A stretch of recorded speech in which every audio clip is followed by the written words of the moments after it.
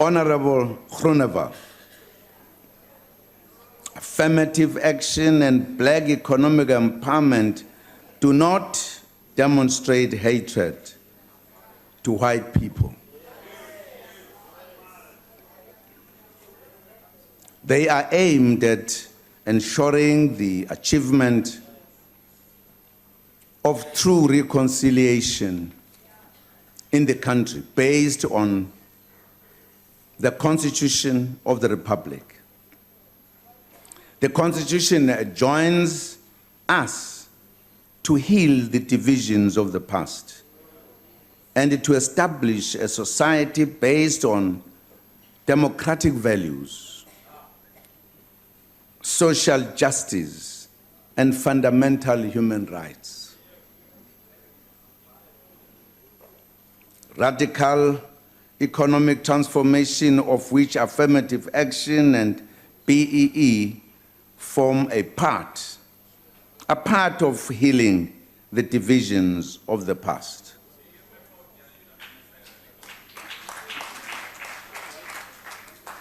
White compatriots will be part of this process, as it will assist us to achieve a truly united, non-racial, and prosperous South Africa.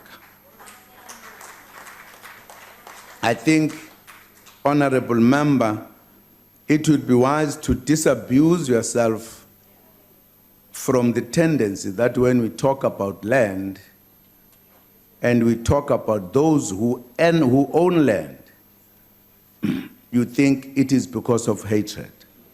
It's not true. We are just stating a fact that massive stretches of land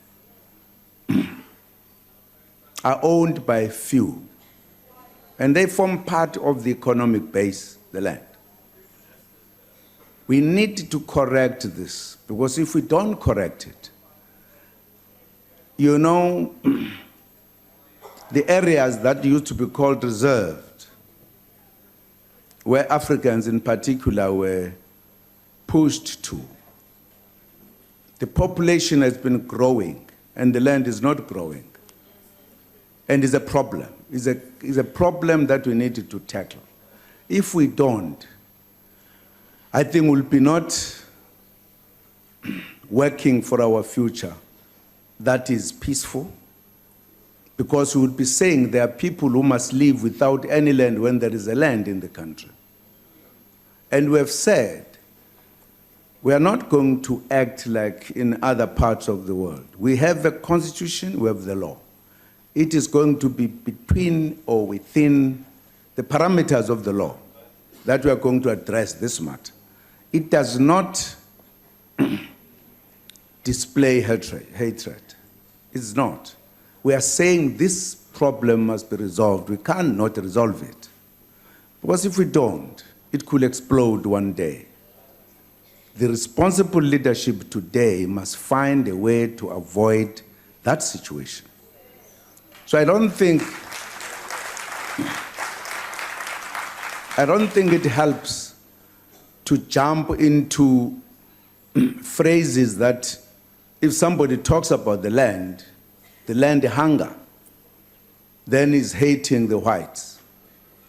And how else could you describe those who own the land? How do you describe them if you don't say what happened? We are not even talking about the history, what happened.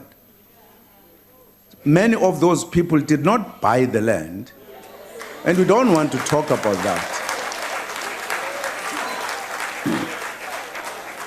We now know that as settlers arrived, there were people who were distributing land. And there are specific histories we know. We don't want to talk about that. That's why we just talk about correcting the past. Because we can give details what happened. Many people died. That's not the point we want to talk about. If we were driven by hatred, we will be saying, this is what happened. We are not just saying, Let us find a way, a formula to solve this problem. That's all. There is no hatred.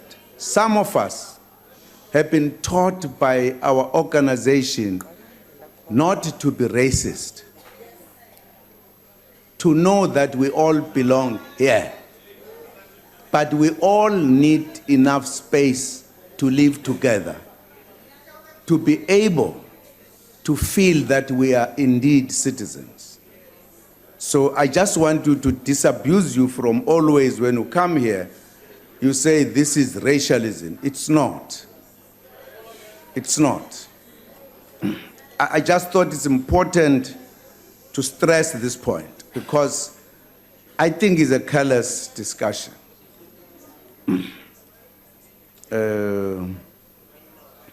I'm just saying, please disabuse yourself from, instead of debating the issue so that we find a common agreed solutions, you point at the color.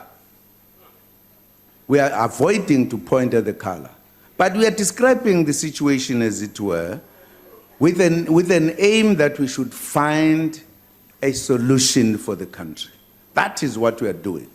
And we are not going to stop by saying you hate the whites. No, it was not true.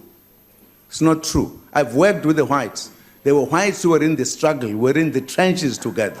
I've not been with them there if I was racist. They were my comrades. We lived together. We in the ANC have gone beyond the feelings of racism, far beyond it, even before 1994. That's not the issue.